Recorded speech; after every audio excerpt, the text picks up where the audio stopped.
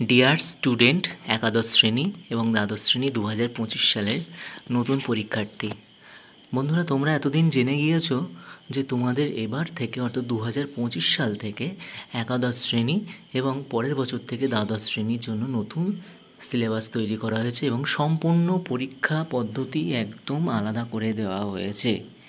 তো একাদশ শ্রেণীর এবার থেকে আমাদের পরীক্ষা হচ্ছে 4টে সেমিস্টারের। একাদশ শ্রেণীতে 2টো, দ্বাদশ শ্রেণীতে 2টো পরীক্ষা হচ্ছে। একাদশ শ্রেণীতে 40 নম্বরের ছোট প্রশ্ন থাকছে, সেখানে এমসিকিউ এবং এমসিকিউকে একটু নতুনত্বভাবে সেখানে উপস্থাপন করা হয়েছে এবং সেখানে গিয়ে তোমরা পরীক্ষার হলে দেখবে যে এমসিকিউগুলো শুধুমাত্র ঠিক নয়, এক্ষেত্রে পর্ষদ তোমাদেরকে নতুনভাবে কিছু দিয়ে দেবে এবং সেটাতে তোমরা দেখে নেবে যে কীভাবে তোমাদের প্রশ্ন আসছে। এবং আমার এই এডুকেশন উইথ অনুরাগ চ্যানেলেও এখানেও নতুনভাবে তোমাদেরকে সেগুলোকে পর্যায়ক্রমিকভাবে দেওয়া হবে। তো এবারে যারা নতুন স্টুডেন্ট, অর্থাৎ কিছুদিন আগে যারা মাধ্যমিক পরীক্ষায় পাশ করলে যারা একাদশ শ্রেণীতে উঠেছো, তোমরা সবাই জানো বাংলা তোমাদের জন্য কম্পালসারি বা বাধ্যতামূলক। তো সেখানে ক্লাস 11-এর সেমিস্টার প্রথম যেটাই হবে তার পূর্ণমান হচ্ছে 40 নম্বরের। এখানে দেখো পর্ষদ সুন্দরভাবে আমাদেরকে তারা জানিয়ে দিয়েছেন যে গল্প থাকছে, গল্পে 8 নাম্বার, প্রবন্ধ থাকছে 5 নাম্বার, কবিতাতে থাকছে 7 নাম্বার, আন্তর্জাতিক গল্প ও ভারতীয় কবিতাতে 5, ভাষাতে 10, বাংলা শিল্প সাহিত্য সংস্কৃতির ইতিহাস এখান থেকে থাকছে 5 নাম্বারের। এবং দেখো পাশে লেখা আছে কত ঘন্টার ক্লাস হবে, এটা তোমাদের স্কুল থেকে তোমাদেরকে সেভাবে পড়ানো হবে।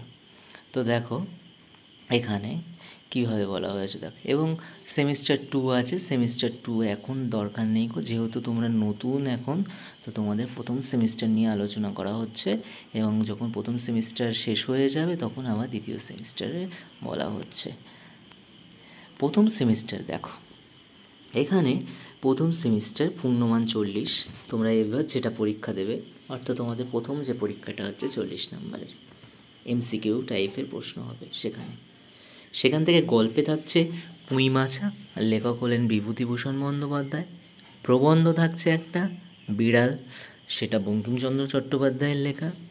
কবিতা থাকছে ঈশ্বরচন্দ্র বিদ্যাসাগর, মাইকেল মধুসূদন দত্ত এই কবিতাটি লিখেছেন। তাছাড়া থাকছে সাম্যবাদী কাজী নজরুল ইসলাম।